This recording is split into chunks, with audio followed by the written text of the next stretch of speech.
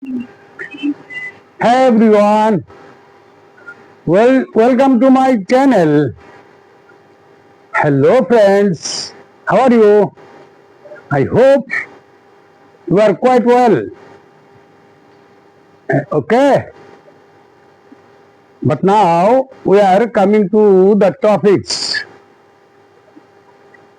Today's topic is present continuous tense. Present continuous tense. Present continuous tense হলো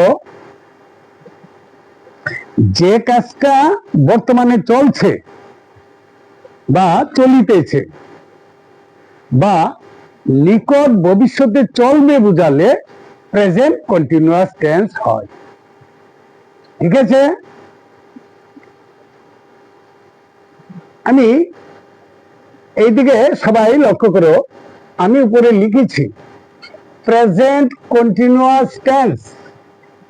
তো present continuous টেন্সের সংজ্ঞাটা এখানে লিখেছি, দেখো, বর্তমান কালে কোনো কাজ চলছে বা নিকট ভবিষ্যতে চলবে বোঝালে প্রেজেন্ট কন্টিনিউয়াস টেন্স হয়।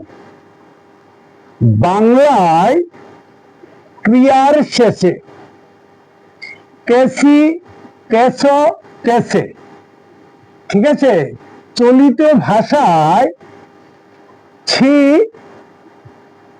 ছ, ছে এগুলো থাকে। এটা কিরকম? যেমন আমি যাইতেছি, তেছি, আমি খেলিতেছি, আমি খাইতেছি, ছি, তেছি, লাস্টে একদম শেষ প্রান্তে তেছি আসে। ঠিক আছে, তুমি যাইতেছ, তেছ, তুমি খাইতেছ, তুমি দেখিতেছ, এটা আসে। সে যাইতেছে, সে খেলিতেছে, সে পড়িতেছে, তেছে আসে, আছে তো। আর চলিত ভাষায় আমি যাচ্ছি, ছি, তুমি যাচ্ছ, সে যাচ্ছে, সে ভাত খাচ্ছে, সে খেলছে, এরকম। ঠিক আছে,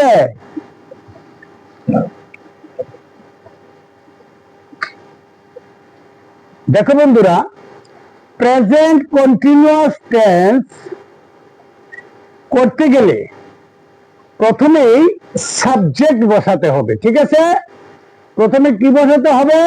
সাবজেক্ট। তো তারপরে সাবজেক্ট অনুসারে, দ্যাট ইজ পার্সন অনুসারে, পার্সন পার্সন আমি গত ক্লাসে আলোচনা করেছিলাম person, first person, second person, third person. তো সেই পার্সন অনুসারে এম, ইজ, আর এইগুলো ব্যবহৃত হবে। তারপরে মূল ভার্ব, প্রিন্সিপাল ভার্ব, প্রিন্সিপাল ভার্বের সাথে কি যুগ হবে? আইএনজি যুগ হবে। এখানে আইএনজি আছে। তাহলে প্রথমে কি বলবে? সাবজেক্ট, তারপরে auxiliary verb am, is, are. Auxiliary ভার্বটা সাবজেক্ট অনুসারে, দ্যাট ইজ পার্সন অনুসারে বসবে। তারপরে বসবে প্রিন্সিপাল ভার্ব। ঠিক আছে, তারপর প্রিন্সিপাল ভার্ব। তো ভার্বের সাথে কি যুগ হবে? আইএনজি যুগ হবে, আইএনজি। ওকে, তারপরে আইএনজি যুগ হবে।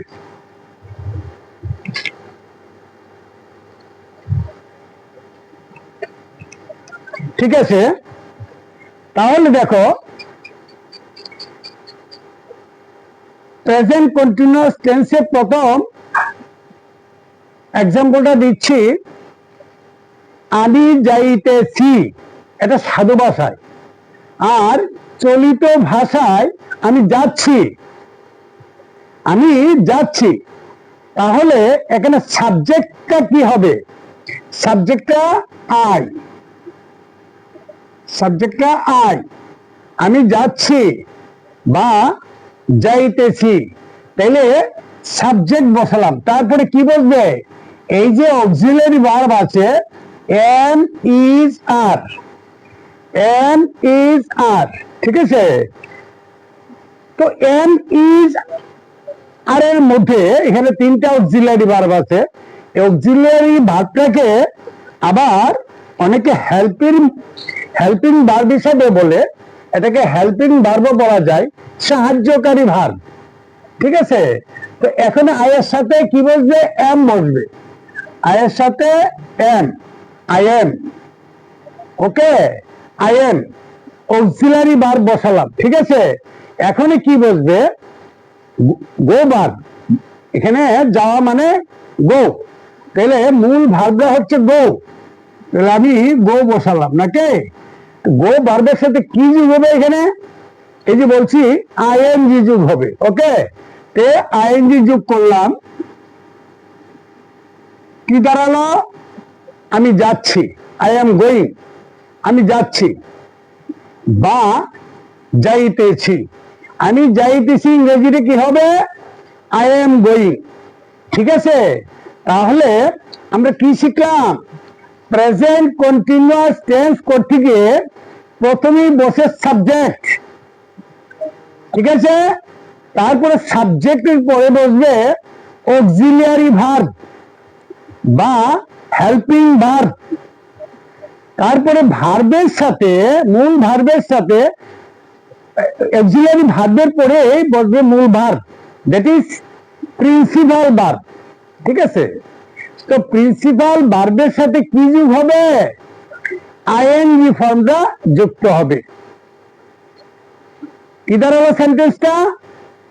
আই এম গোয়িং, আমি যাচ্ছি, আমি যাচ্ছি, তারপরে আমরা যাইতেছি বা আমরা যাচ্ছি। আমরা ইংরেজি তোমরা সবাই জানো, ঠিক আছে? আমরা ইংরেজি সবাই জানো, আমরা ইংরেজি কি? উই, উইর পরে অক্সিলারি ভার্ব আসবে। এখানে অক্সিলারি ভার্ব কটা আছে? তিনটা আছে, এম, ইজ, আর। তাহলে উইর সাথে কোনটা আসবে? উই প্লুরাল নাম্বার, আর আগেরটা ছিল আই, আমি সিঙ্গুলার নাম্বার। তো সিঙ্গুলার নাম্বার আই এর সাথে এম বসে, এই এমটা আর কারোর সাথে ইউজ করা যায় না। তাহলে উইটা প্লুরাল নাম্বার নাকি? উইর সাথে কি বসবে? উইর সাথে আর আসবে এখানে, উই আর, উই আর, তারপরে কি আসবে? মূল ভার্ব, প্রিন্সিপাল ভার্ব। এখানে আজকে কি ভার্ব নিয়ে আলোচনা করছি? গো ভার্ব নিয়ে, ঠিক আছে? তো প্রিন্সিপাল ভার্বটা হচ্ছে গো, গো লিখলাম। তো গোর সাথে কি ফর্মটা যোগ হবে? আইএনজি।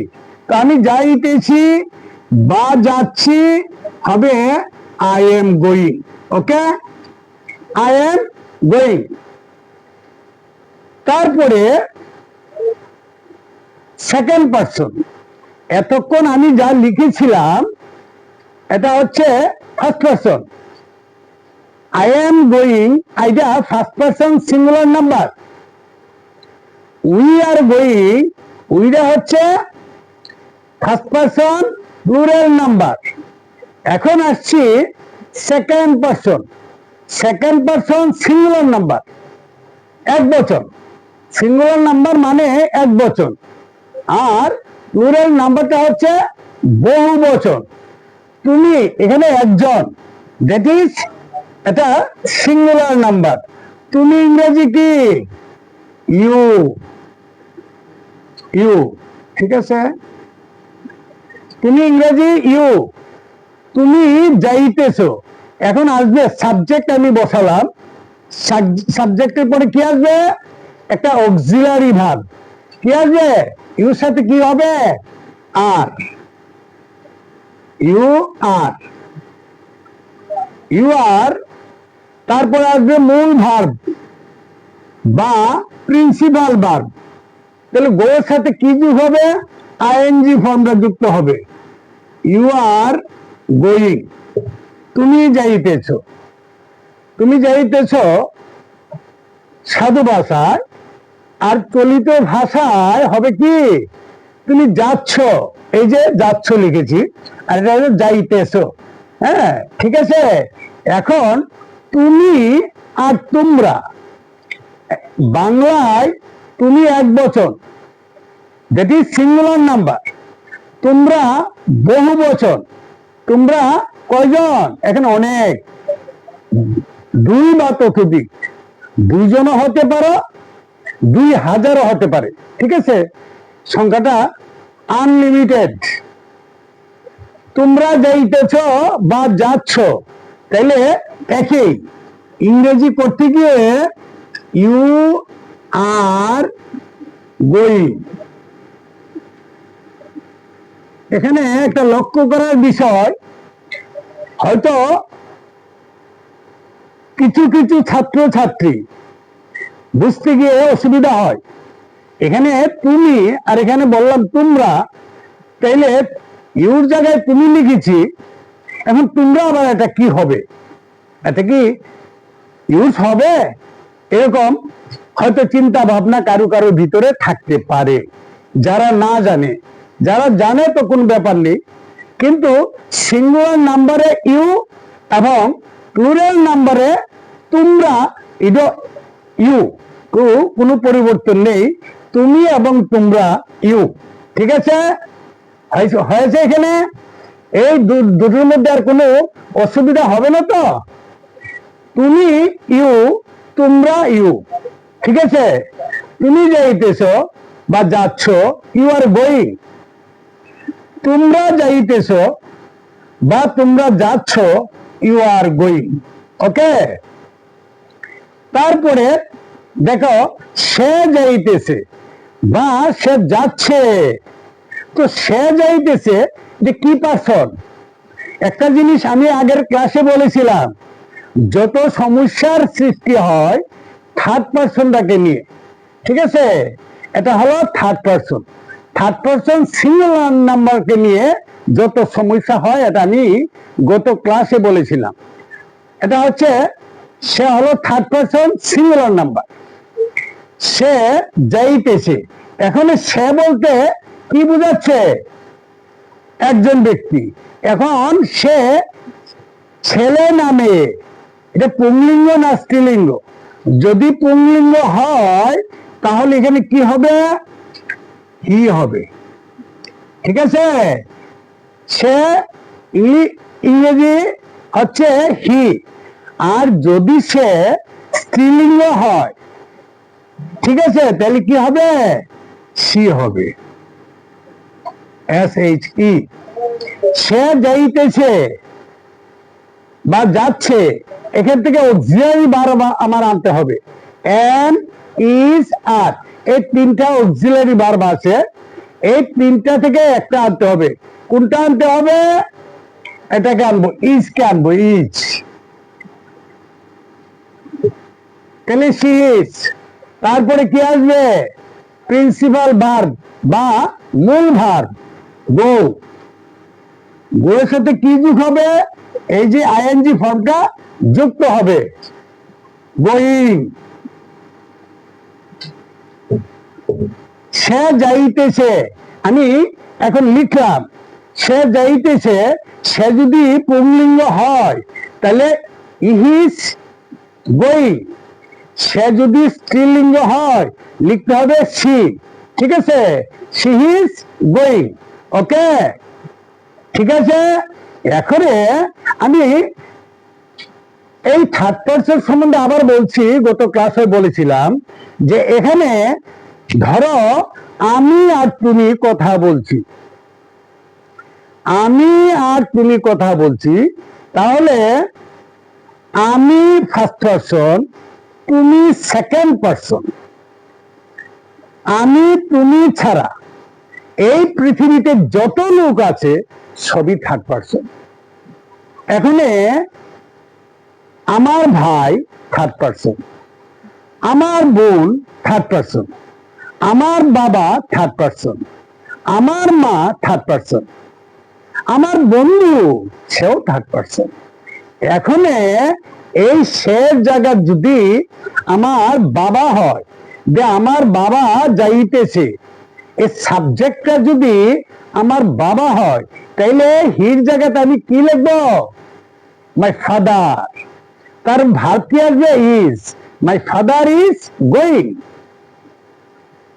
এখানে যদি সাবজেক্টটা আমার মা হয়, আমার মা যাইতেছে, মাই মাদার ইজ গোয়িং। আমার বোন যাইতেছে, তাহলে সাবজেক্টটা হবে my sister, my sister is going. এখন সাবজেক্টটা হলো আমার ভাই, মাই ব্রাদার। এই সাবজেক্টটা হিয়ার জায়গায় আমি কি লিখবো? My brother, my brother is going.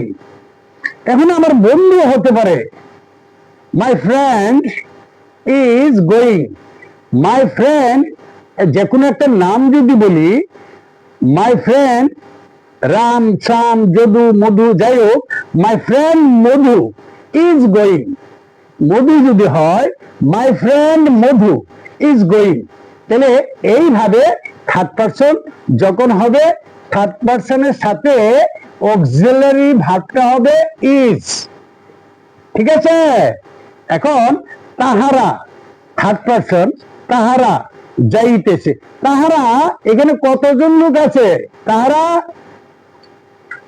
কয়জন? তাহারা বা তারা সাধু ভাষা তাহারা, আর চলিত ভাষায় তারা।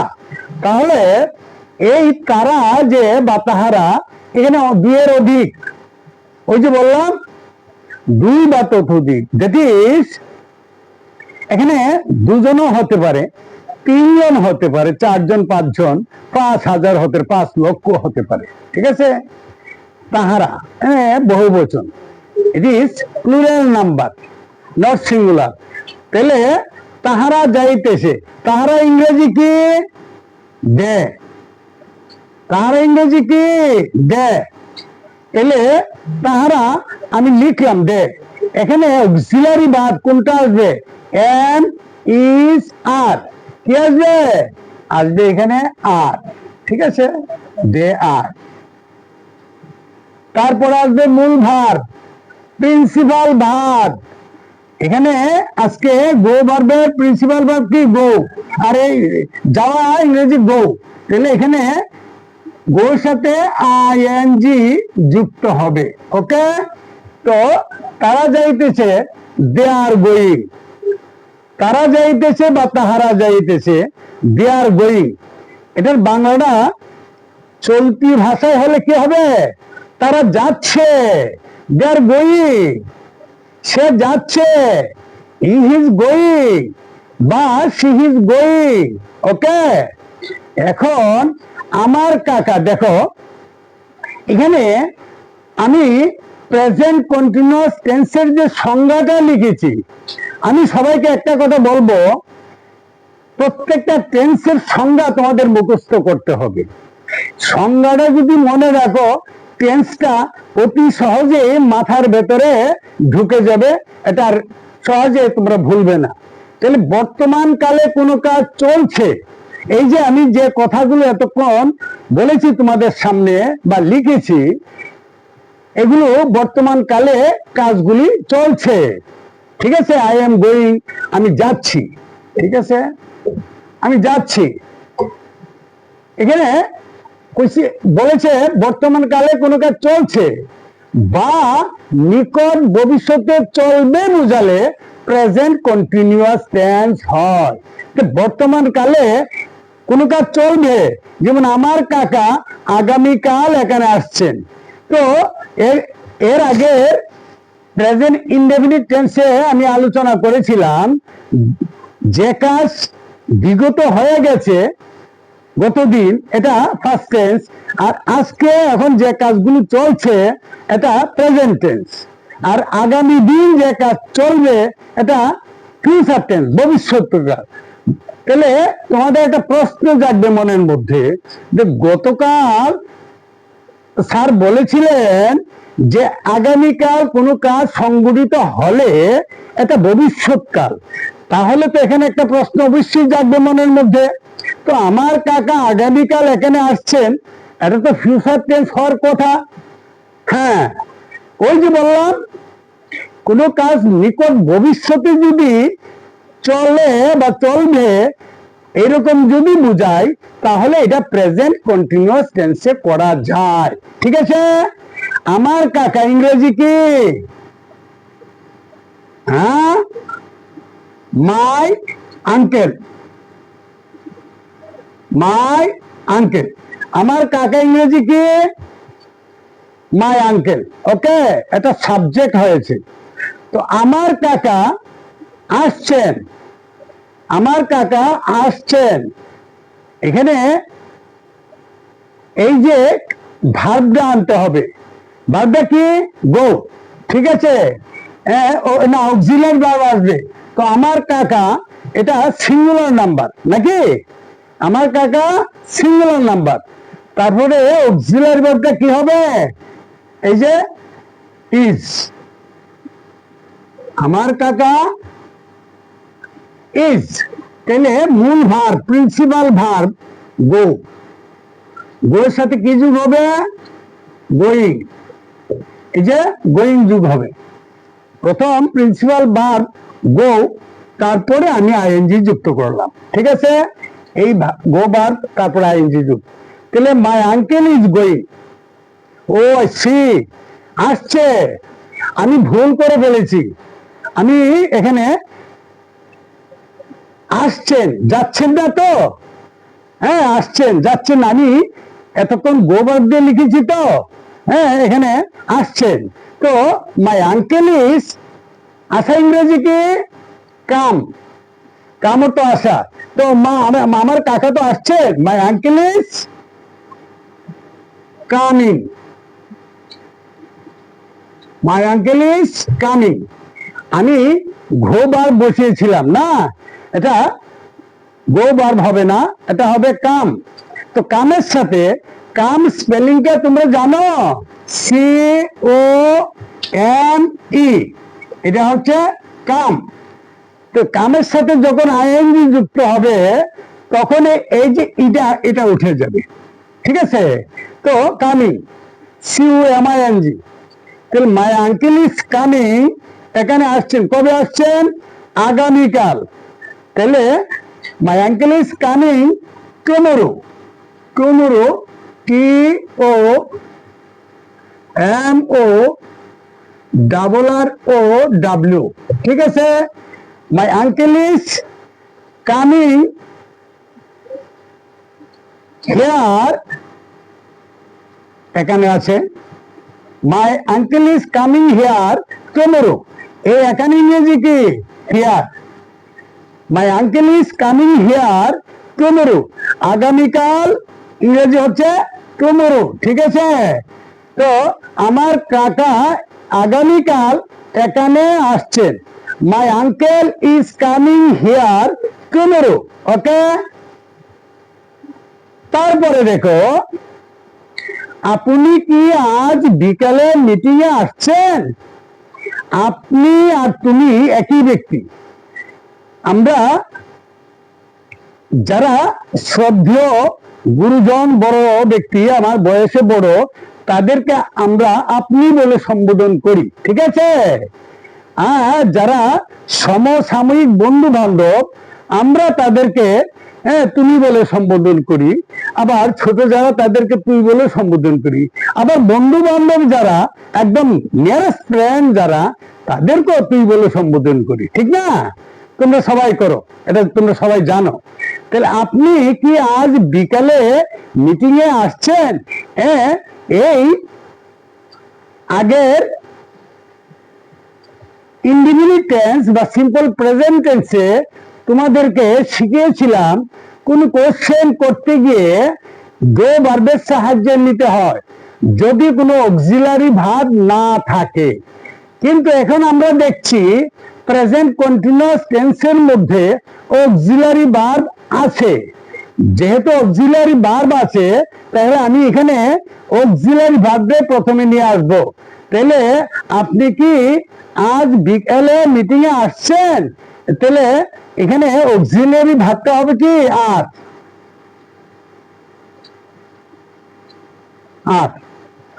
আর অক্সিলারি ভার্বটা আনার পর বসার পর কি বলবে? You, subject. You, are you. আপনি কি আজ বিকালে মিটিং এ আসছেন? তাহলে এটা কামিং, কামবাগ, কামত আসা, ঠিক আছে। আর ইউ কামিং, সাবজেক্টের পরে ভার্ব বসবে। Are you coming?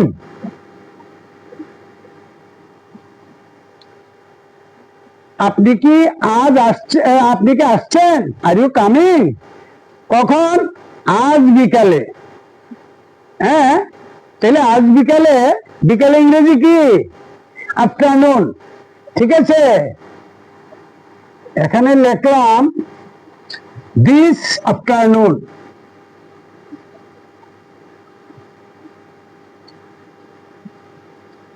This afternoon, ঠিক আছে।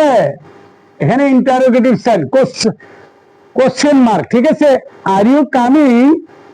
ওহো, are you coming to the meeting? Are you coming to the meeting? আপনি কি মিটিং এ আসছেন? Are you this afternoon? This afternoon.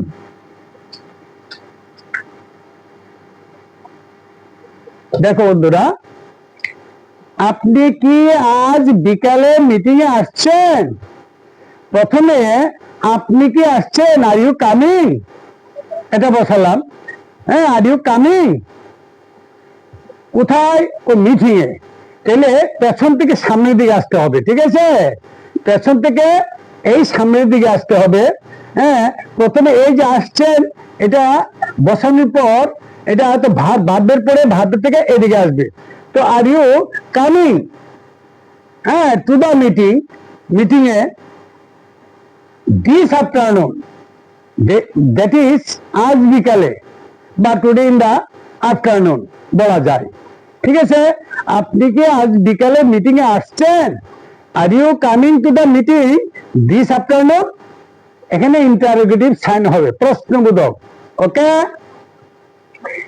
এখানে এই যে বললাম যে নিকট ভবিষ্যতে চলবে বুঝালে প্রেজেন্ট কন্টিনিউয়াস টেন্স হয়, তাহলে এটা কিন্তু নিকট ভবিষ্যৎ। তো এখানে going two for near in future, এটাও নিকট ভবিষ্যৎ। যেমন আমরা আজ জাপান যাব, এই সেন্টেন্সটা বাংলা যেভাবে লিখেছি, আমরা যদি লক্ষ্য করি, এটা বোঝা যায় যে এটা ফিউচার টেন্স, ভবিষ্যৎকাল। যাব, আমরা যাব, আমরা খাবো, আমরা খেলবো, আমরা দেখবো, ঠিক আছে, আমরা নাচবো, আমরা গাইবো, আমরা পড়বো। এই যে সেন্টেন্স গুলো দেখতে মনে হয় ফিউচার টেন্স, ভবিষ্যৎকাল। আমরা আজ জাপান যাব, এই সেন্টেন্সটা দেখলে মনে হয় যে এটা ফিউচার টেন্স। ওই যে বললাম, কোন কাজ নিকট ভবিষ্যতে চলবে বুঝালো প্রেজেন্ট কন্টিনিউয়াস টেন্সে করা যায়। তাহলে আমরা ইংরেজি কি? উই। তাহলে প্রেজেন্ট কন্টিনিউয়াস টেন্সে করতে গেলে আমার অক্সিলারি ভার্ব আনতে হবে না? তো কি আসবে উই সাথে? আর, উই আর। যাব, যাওয়া ইংরেজি কি? গো, ঠিক আছে। গো লিখলাম। তাহলে প্রেজেন্ট কন্টিনিউয়াস টেন্স করতে গেলে ভার্বের সাথে, দ্যাট ইজ প্রিন্সিপাল ভার্বের সাথে কি যোগ করতে হবে? আইএনজি ফর্মটা যুক্ত করতে হবে। তাহলে কি হবে? গোয়িং, ঠিক আছে। We are going. Going to এই লিখেছি গোয়িং টু লিখলে যে গোয়িং টু লিখেছি, উই আর গোয়িং টু, এখানে going to leave, LEAV, going to leave, leave মানে ত্যাগ করা এখানে। হ্যাঁ, গোয়িং টু লিভ আমরা জানি লিভ ত্যাগ করা, কিন্তু we are going to leave for Japan. We are going to leave for Japan today. Today আমি এখানে লিখছি,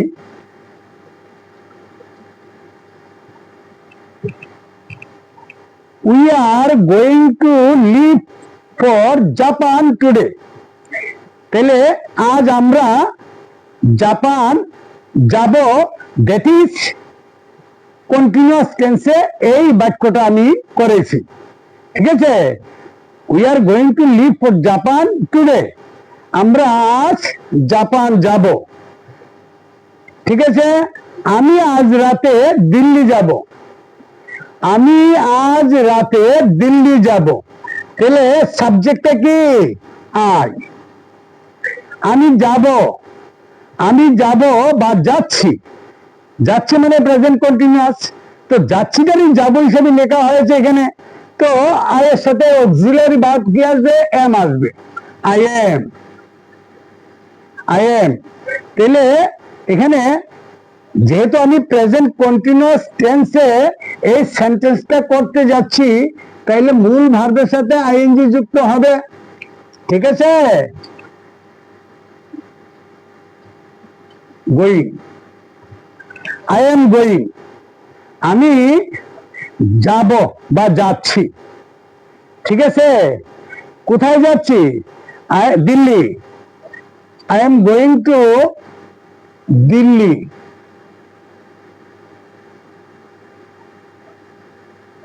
I am going to Delhi, DELHI, Delhi. কখন যাব?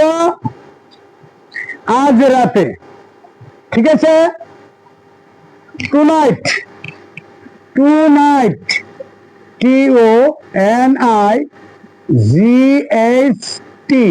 Tonight, full stop. এখানে আমার সেন্টেন্সটা শেষ হয়ে গেছে, টুডা একটু সরিয়ে দিই এখান থেকে, টুডে।